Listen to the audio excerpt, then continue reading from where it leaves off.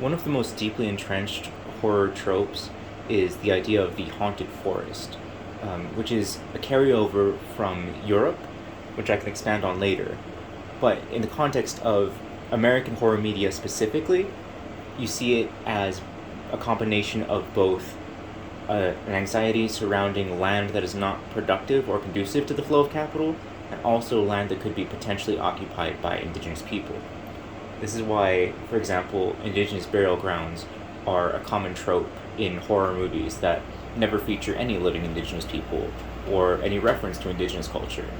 We exist as basically a kind of unseen and unknowable terror outside of human comprehension, right? It's just kind of a marking of us as a monstrous other.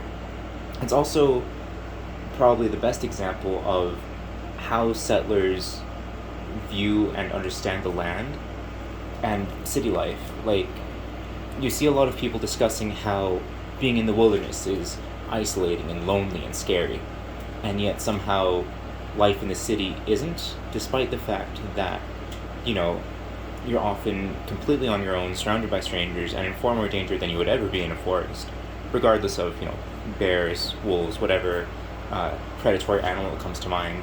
Another human being is more likely to hurt you by accident than an animal is to hurt you intentionally. Um, there's also the fact that city architecture and design is outright hostile. Like, explicitly, we've discussed this, it's been labeled as such. The term hostile architecture is like a mainstay in current news media. Like, we see reports on it every week. And yet, we're conditioned to view the city as home, as safe, and anything outside of it is somehow inherently evil.